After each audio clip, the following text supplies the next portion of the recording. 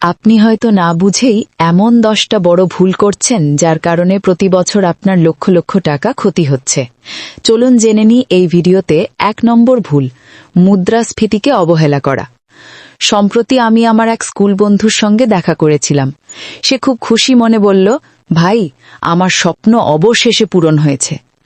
স্কুলে পড়ার সময় সে ঠিক করেছিল বড় হয়ে এমন একটা চাকরি করবে যেখানে মাসে অন্তত 50,000 টাকা রোজগার করবে।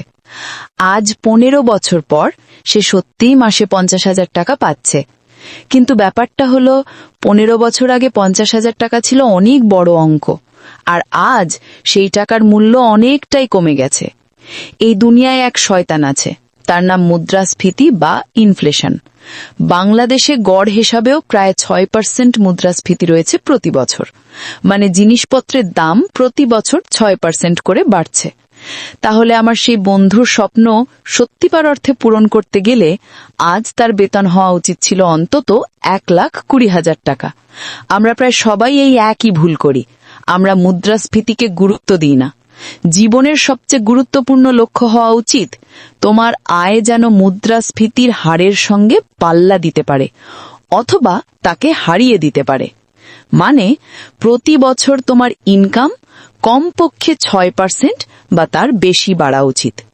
যদি ইনকাম বাড়ানোর সম্ভব না হয় তাহলে বিনিয়োগ করো, স্টক মার্কেটে, মিউচুয়াল ফান্ডে, রিয়েল এস্টেটে বা সোনায়।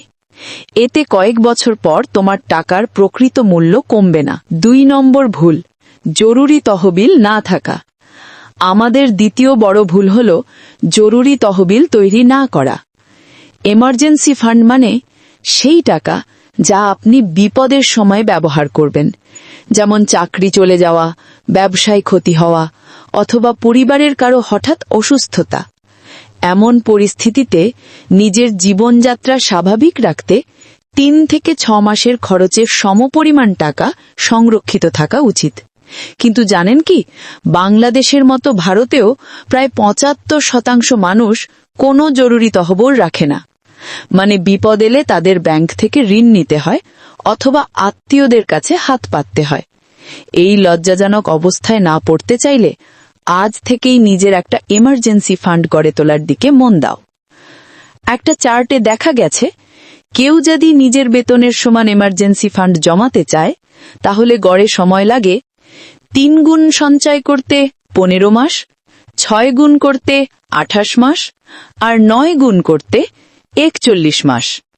তুমি কমেন্টে জানাও তো, তোমার কি নিজের কোনো জরুরি তহবিল আছে? 3 নম্বর ভুল, ভোক্তা ঋণের ফাঁদে পড়া। চলো আগে বুঝে নিই কনজিউমার ডেট মানে কি। এটা হলো সেই ঋণ যা আমরা নেই শুধু ভোগের জন্য, যেমন ক্রেডিট কার্ডের দেনা, স্টুডেন্ট লোন, গাড়ি লোন, হোম লোন ইত্যাদি। এখন বাংলাদেশ আর ভারত দুই দেশেই কনজিউমার লোন ভয়াবহ হারে বেড়ে চলেছে। মানে মানুষ আগের চেয়ে অনেক বেশি ঋণ নিচ্ছে শুধু জীবনযাত্রা দেখানোর জন্য। একটা উদাহরণ দেই, একজন 30 বছরের বাবুর্চি যার মাসিক আয় মাত্র 25,000 টাকা, সে গত বছর ব্যাংক ও ফাইন্যান্স কোম্পানি থেকে লোন নিয়েছে। 75,000 টাকায় মোটরসাইকেল, 45,000 টাকায় আইফোন আর 5,000 টাকায় জুতা আর ঘড়ি। তার যুক্তি, আমরা এত পরিশ্রম করি তাহলে একটু ভালো জিনিস কেন নেব না? কিন্তু ফাইন্যান্স বিশেষজ্ঞরা একেবারেই একমত নন। তাদের মতে এই আনসিকিউরড লোন, অর্থাৎ যে লোনের জন্য কোনো জামানত লাগে না, তা যত বাড়বে ডিফল্টারদের সংখ্যাও তত বাড়বে। এটা ব্যাংক আর পুরো অর্থনীতির জন্য ভয়াবহ বিপদ। এমনও দেখা গেছে মানুষ এখন আর আত্মীয় বন্ধুর কাছে টাকা চাইতে চায় না, লজ্জা বা অহংকারের কারণে। তাই তারা সহজ অনলাইন লোনের দিকে ঝুঁকে পড়ছে। আর এখন এত কোম্পানি লোন দিচ্ছে যে একজনকে রিজেক্ট করলেও অন্য কেউ অনুমোদন দিয়ে দিচ্ছে। ফলাফল, মানুষ তাদের আয়ের একটা বড় অংশ শুধু ইএমআই পরিশোধে ব্যয় করছে এবং এতে তারা আস্তে আস্তে পড়ে যাচ্ছে একটি ঋণের ফাঁদে, ডেট ট্র্যাপে। 4 নম্বর ভুল, স্বাস্থ্য ও জীবন বীমা, হেলথ অ্যান্ড লাইফ ইন্স্যুরেন্সকে অবহেলা করা। যদি তুমি এখনো স্বাস্থ্য বীমা বা জীবন বীমা না করে থাকো তাহলে তুমি এক ভয়ঙ্কর ঝুঁকির মধ্যে রয়েছ। হেলথ ইন্স্যুরেন্স মানে হলো, যদি তুমি অসুস্থ হও, হাসপাতালে ভর্তি হতে হয়, তাহলে তোমার নেওয়া ইন্স্যুরেন্স কোম্পানি তোমার হাসপাতালের বিলের খরচ বহন করবে, তোমার প্ল্যান অনুযায়ী যতটুকু কভারেজ থাকবে।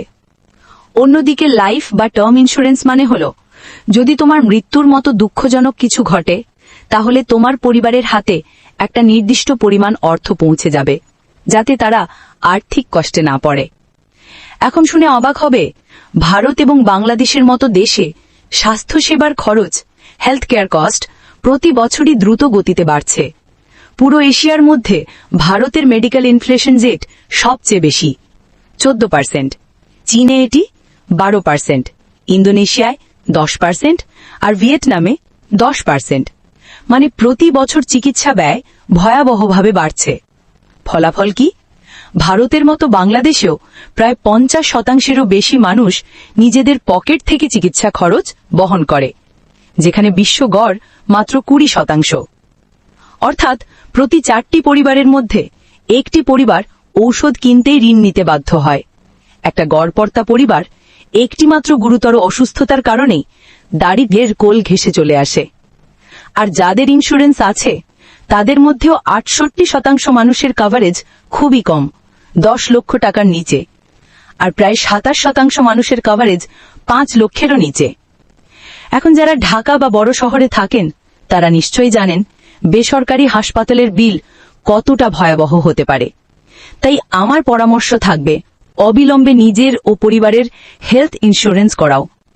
এর কভারেজ হওয়া উচিত তোমার বার্ষিক আয়ের 2 থেকে 3 গুণ। মানে যদি বছরে 10 লাখ টাকা আয় করো, তাহলে হেলথ ইন্স্যুরেন্সের কভারেজ হওয়া উচিত 20 থেকে 30 লাখ টাকা। আর টার্ম ইন্স্যুরেন্সের ক্ষেত্রে তোমার বার্ষিক আয়ের 10 থেকে 12 গুণ হওয়া উচিত কভারেজ। তাই যদি এখনো ইন্স্যুরেন্স না করে থাকো, তাহলে জেনে রাখো তুমি তোমার জীবনের সবচেয়ে বড় আর্থিক ভুলগুলোর একটি করছো। 5 নম্বর ভুল, বিনিয়োগ না করা অথবা বিনিয়োগে দেরি করা। Not investing or delaying investments. আরেকটি ভয়ানক ভুল যা অনেকেই করে, তারা তাদের সব টাকা ব্যাংক অ্যাকাউন্টে পড়ে থাকতে দেয়, বিনিয়োগ না করে। তুমি নিশ্চয়ই কম্পাউন্ড ইন্টারেস্ট বা চক্রবৃদ্ধি সুদের নাম শুনেছ, যা সময়ের সঙ্গে তোমার টাকাকে বহু গুণে বাড়িয়ে দেয়। কিন্তু এর জন্য দরকার যত তাড়াতাড়ি সম্ভব বিনিয়োগ শুরু করা। কারণ যত আগে শুরু করবে, তোমার টাকাকে তত সময় দেওয়া যাবে বাড়ার সুযোগ। বিশ্বের অন্যতম ধনী ব্যক্তি ওয়ারেন বাফেট তার প্রথম শেয়ার কিনেছিলেন মাত্র 11 বছর বয়সে। আর তিনি বলেন, আমি বিনিয়োগ শুরু করতে দেরি করে ফেলেছি। ভাবো তো, যিনি বিশ্বের সবচেয়ে বড় বিনিয়োগকারী, তিনি যদি বলেন আমি দেরি করেছি, তাহলে আমরা যারা এখনো শুরুই করিনি তাদের অবস্থা কি হতে পারে? বিনিয়োগে দেরি করা তো ভুল, কিন্তু আরেকটা ভয়ানক ভুল হচ্ছে অনেকে আজও পুরনো পদ্ধতিতে বিনিয়োগ করেন, যেখানে আসলে সম্পদ বা ওয়েলথ তৈরি হয় না। যেমন ফিক্সড ডিপোজিট বা এফডিতে টাকা রাখা অথবা মানি গ্যারান্টেড পলিসিতে বিনিয়োগ করা। এই ভুলটা মানুষ করে মূলত 2টি কারণে। 1, প্রথমত আর্থিক জ্ঞান বা ফিনান্সিয়াল অ্যাওয়ারনেসের অভাবে। 2, দ্বিতীয়ত তারা ভয় পায় যে যদি ফিক্সড রিটার্নের বাইরে বিনিয়োগ করে তাহলে তাদের টাকা হারিয়ে যাবে। কিন্তু বাস্তবতা সম্পূর্ণ আলাদা। ভারতের মতো বাংলাদেশেরও শেয়ার বাজার ও মিউচুয়াল ফান্ড পুরনো বিনিয়োগের তুলনায় বহু গুণ বেশি রিটার্ন দিয়েছে।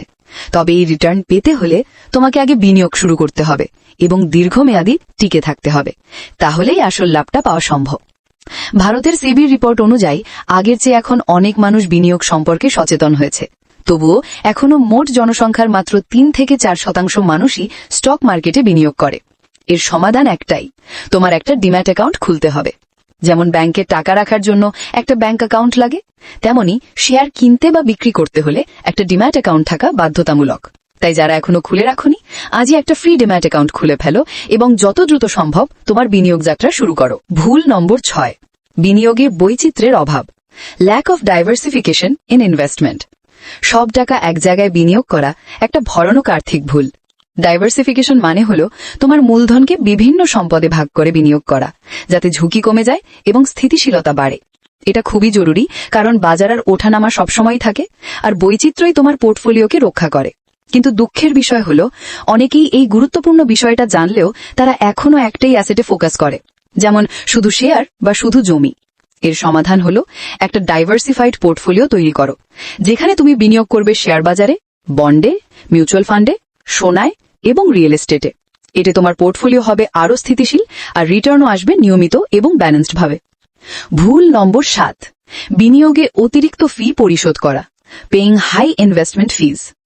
অনেক বিনিয়োগকারী জানেই না যে উচ্চ ফি বা খরচ তাদের মোট রিটার্নের বিশাল একটা অংশ খেয়ে ফেলে। একটা উদাহরণ দেই, ধরো তুমি দুটি আলাদা মিউচুয়াল ফান্ডে বিনিয়োগ করেছ। ফান্ড এ এর এক্সপেন্স রেশিও 1%, ফান্ড বি এর এক্সপেন্স রেশিও 0.25%। তুমি হয়তো ভাবছো মাত্র 0.75% পার্থক্য, এতে আর কি হবে? এখন চলো দেখি বাস্তব হিসেব। যদি তুমি মাসে 10,000 টাকা করে 30 বছর বিনিয়োগ করো, তাহলে ফান্ড এ এর ক্ষেত্রে তুমি মোট 1.45 কোটি টাকা খরচ হিসেবে দিয়ে ফেলবে, আর নেট রিটার্ন থাকবে প্রায় 5.56 কোটি টাকা। অন্যদিকে ফান্ড বি তে একই বিনিয়োগে 30 বছরে তোমার খরচ হবে মাত্র 40 লাখ টাকা, আর রিটার্ন হবে প্রায় 6.61 কোটি টাকা। অর্থাৎ শুধু 0.75% ফি এর পার্থক্য 30 বছরে তোমাকে 1 কোটিরও বেশি ক্ষতি করাতে পারে। তাই যে কোনো বিনিয়োগ পণ্য বেছে নেওয়ার আগে তার খরচ বা ফি, এক্সপেন্স রেশিও, চার্জেস ইত্যাদি ভালোভাবে হিসেব করো। এতে তুমি দীর্ঘমেয়াদে কোটি টাকা সম্পদ বাঁচাতে পারবে। ভুল নম্বর 8, অর্থনৈতিকভাবে ভুল মানুষকে বিয়ে করা। এই কথাটা আমি মেয়েদের আর ছেলেদের দুজনের ক্ষেত্রেই বলছি। আমি একটা বই পড়েছিলাম যার নাম why didn't they teach me this in school. লেখক হলেন ক্যারি সিগেল। এই বইটির সম্পূর্ণ 35 মিনিটের সারাংশ আমার চ্যানেলে রয়েছে, সময় পেলে অবশ্যই একবার দেখে নিও। এই বইয়ের প্রথম নীতি হল আমাদের এমন মানুষকে বিয়ে করা উচিত যে অর্থনৈতিকভাবে সচেতন। এর মানে এই না যে তুমি কোনো ধনী মানুষকেই বিয়ে করতে হবে, বরং লেখক বলছেন মাইন্ডসেট আর হ্যাবিটসের কথা। তুমি যখন কাউকে ডেট করছো বা বিয়ের কথা ভাবছো, তখন তোমার পার্টনারের আর্থিক জ্ঞান আর বোঝাপড়াটা অবশ্যই খেয়াল করো, কারণ বেশিরভাগ সম্পর্কে সবচেয়ে বড় সমস্যা হয় টাকা নিয়ে। তাই যদি বিয়ের আগেই দুজনের আর্থিক চিন্তাভাবনা ও প্রত্যাশা একরকম হয়, তাহলে সম্পর্ক অনেক স্থিতিশীল হয় এবং ভবিষ্যতে টাকার কারণে ঝামেলার সম্ভাবনা অনেক কমে যায়। অনেকেই তাদের পার্টনারকে ইমপ্রেস করার জন্য দামি রেস্টুরেন্টে যায়, দামি গিফট দেয়, আর অনেক সময় নিজের আয়ের ব্যাপারেও একটু বাড়িয়ে বলে। কিন্তু এতে করে তুমি তোমার ভবিষ্যৎ পার্টনারের মনে ভুল প্রত্যাশা তৈরি করছো, যা তোমাদের সম্পর্কের জন্য মোটেও ভালো না। শেষ ভুল, ভুল নম্বর 10, হার্ড মেন্টালিটি বা ভেড়ার মানসিকতা। ভারতে আর আমাদের দেশেও এই মানসিকতা খুব সাধারণ। আমরা ক্যারিয়ার বেছে নেওয়া থেকে শুরু করে ইনভেস্টমেন্ট পর্যন্ত সবকিছুতেই অন্যদের দেখেই সিদ্ধান্ত নিই। মানে যেদিকে বেশি মানুষ যাচ্ছে সেদিকেই আমরাও চলি। অনেকেই এক বিপজ্জনক ভুল করে, তারা তাদের ইনভেস্টমেন্টের সিদ্ধান্ত নেয় বন্ধুবান্ধব বা পরিবারের লোকের পরামর্শে, কিন্তু নিজেরা কোনো গবেষণাই করে না।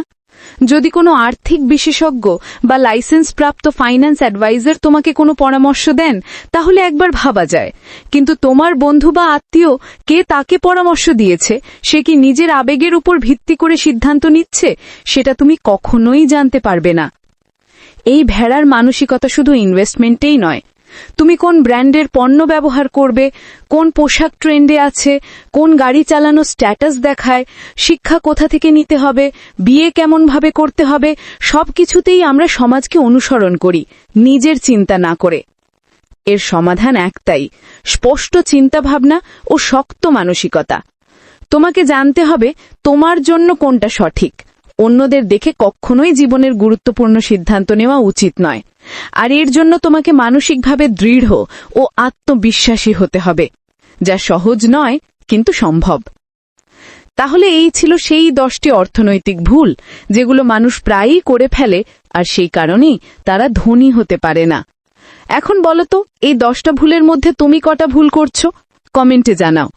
আর যদি ভিডিওটা তোমার উপকারে আসে এবং আমার কাজ ভালো লাগে, তাহলে চ্যানেলটা সাবস্ক্রাইব করে অল নোটিফিকেশন বেল অন করে দিও, যাতে নতুন ভিডিওর আপডেট সব সময় পেয়ে যাও। শেষে আমি তোমাকে সাজেস্ট করব আমার পরের ভিডিওটা অবশ্যই দেখো, যেখানে আমি একটা খুব ইউনিক ইনভেস্টিং স্ট্র্যাটেজি ব্যাখ্যা করেছি, যা তোমাকে স্টক মার্কেট থেকে দারুণ রিটার্ন পেতে সাহায্য করবে।